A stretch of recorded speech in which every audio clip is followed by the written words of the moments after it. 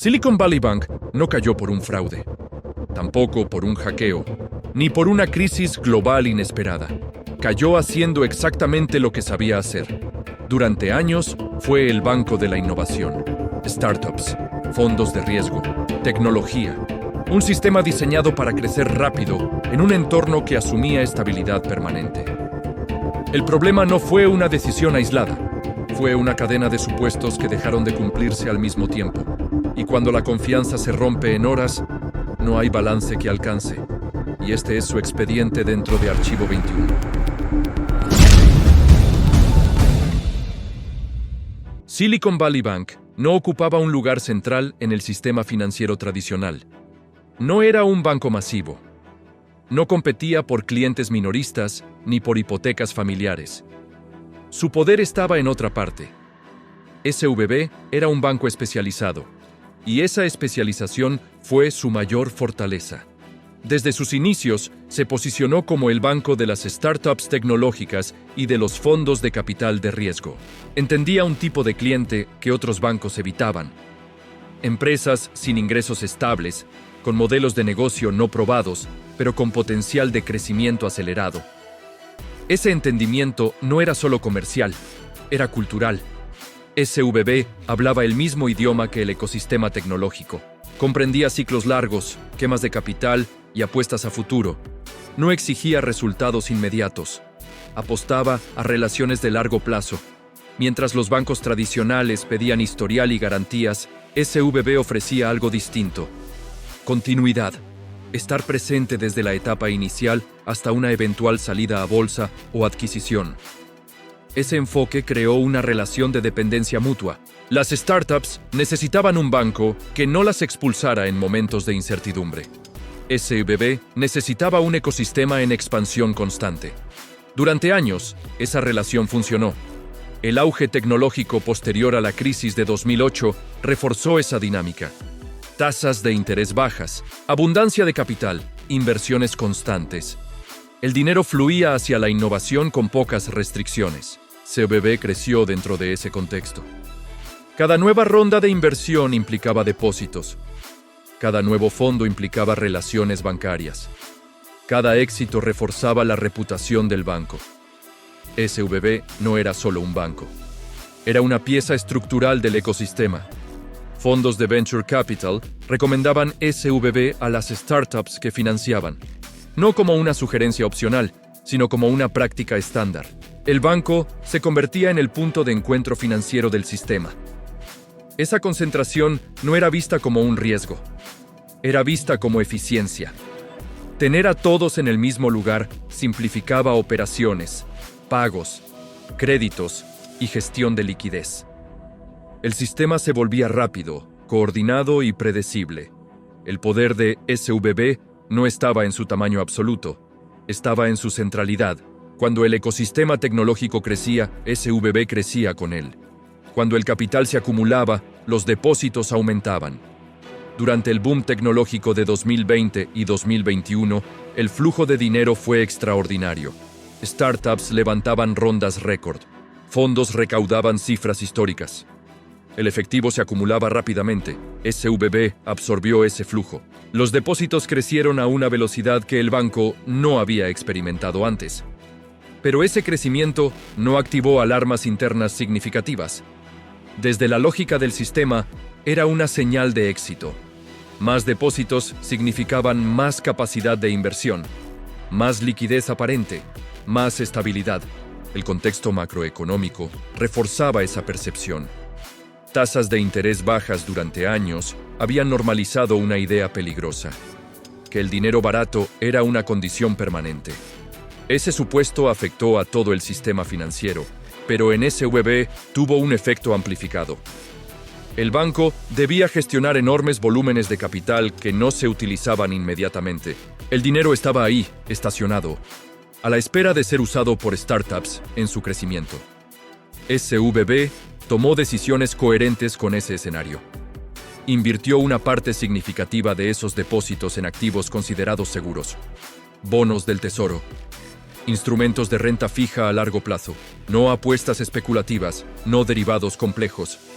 Desde una lógica tradicional, era una decisión prudente. El problema no estaba en el tipo de activo, estaba en el horizonte temporal.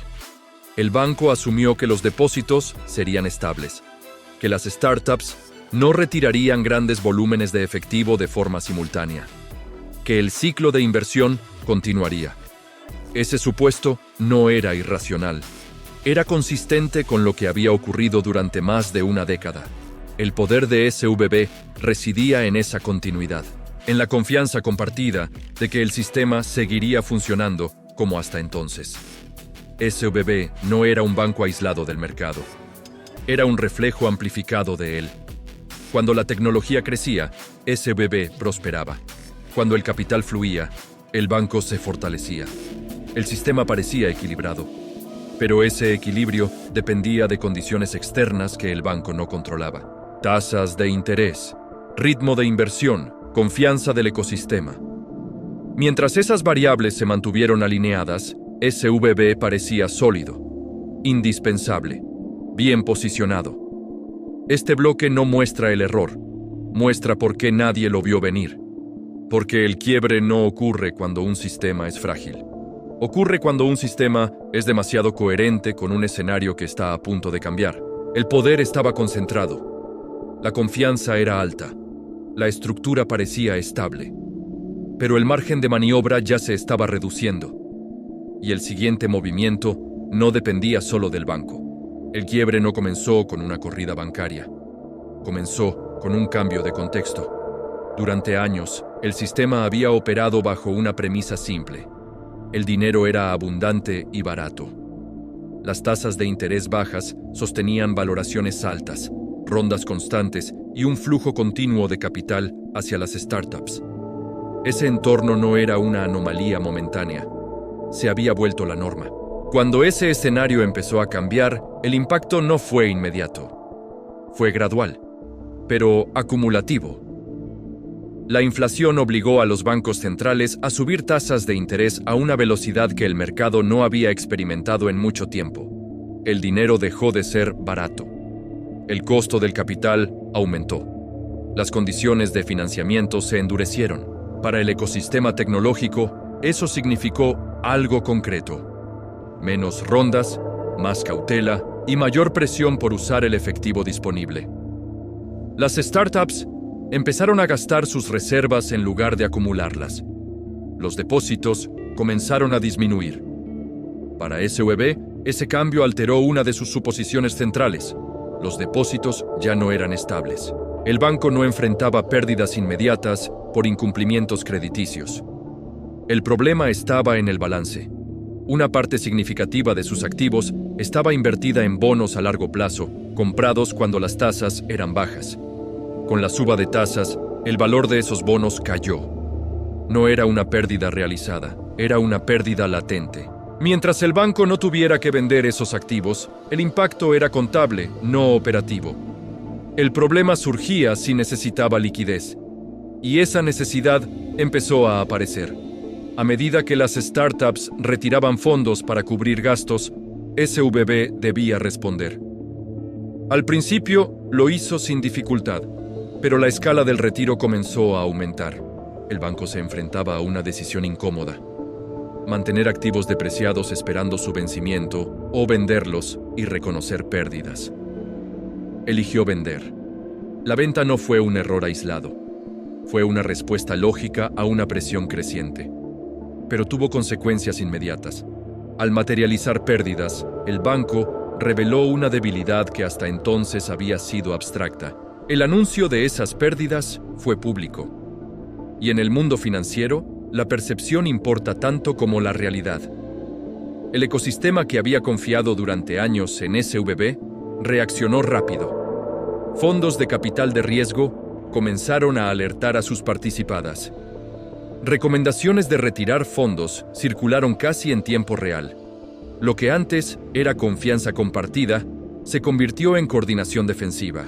La concentración que había sido una fortaleza se transformó en una vulnerabilidad. Los clientes de SVB no eran millones de pequeños depositantes dispersos. Eran miles de empresas conectadas entre sí, informadas y capaces de actuar al mismo tiempo. La velocidad fue decisiva. En un entorno digital, retirar fondos ya no requiere días, requiere horas. El banco enfrentó solicitudes de retiro por decenas de miles de millones en un periodo extremadamente corto. No había infraestructura que pudiera absorber ese ritmo. El problema no fue solo la falta de liquidez, fue la pérdida de confianza sincronizada. Cuando un banco pierde confianza, el balance deja de importar. Importa quién sale primero. SVB intentó comunicar estabilidad, pero el mensaje llegó tarde.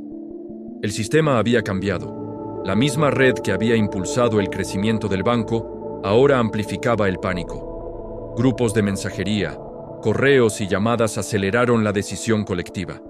El banco no colapsó por insolvencia técnica inmediata. Colapsó por una corrida moderna, un fenómeno antiguo, amplificado por tecnología y concentración. La fragilidad quedó expuesta en cuestión de horas. Lo que había parecido un modelo sólido durante años se desarmó rápidamente cuando los supuestos dejaron de cumplirse al mismo tiempo. No fue una falla de cumplimiento, no fue un fraude, no fue una crisis externa aislada. Fue una secuencia coherente de decisiones tomadas bajo un contexto que cambió más rápido de lo esperado.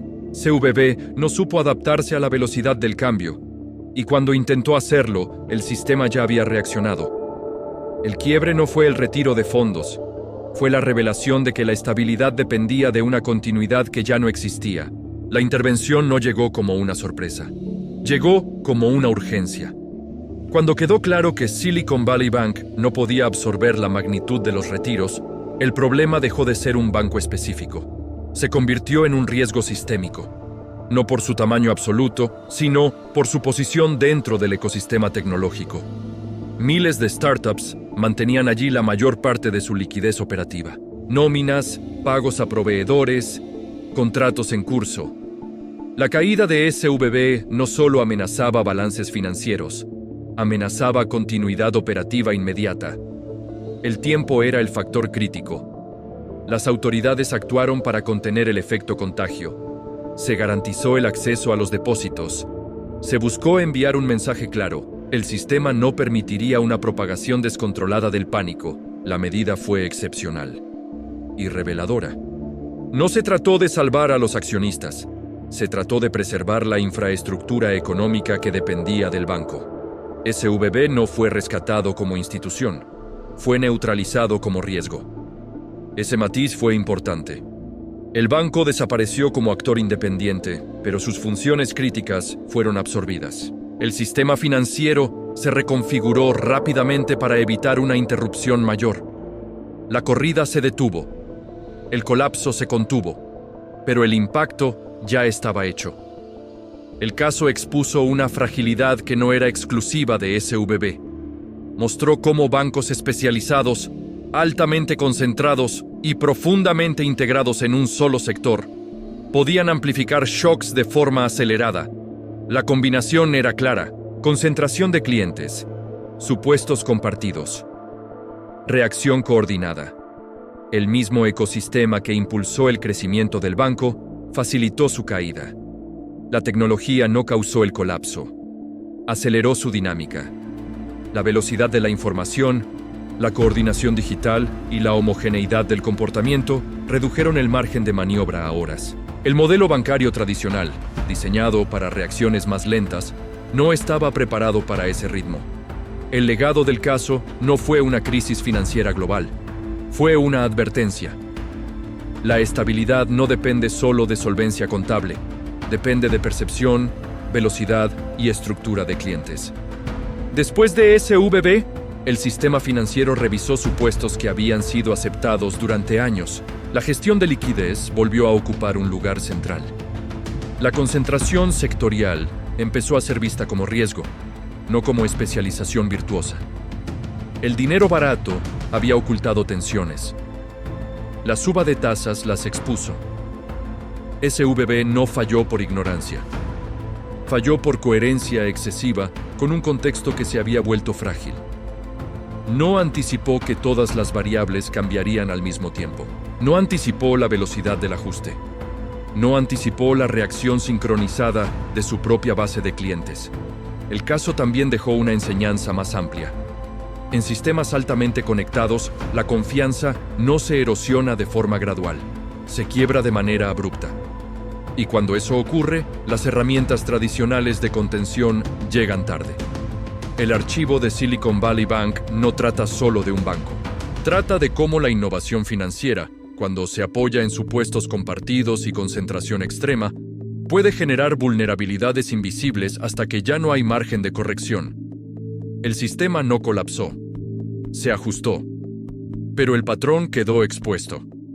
Especialización extrema, dependencia de contexto, reacción acelerada. El archivo se cerró con una intervención rápida, pero la pregunta permanece abierta. ¿Qué otros sistemas parecen estables solo porque el contexto todavía los sostiene? El archivo se cerró.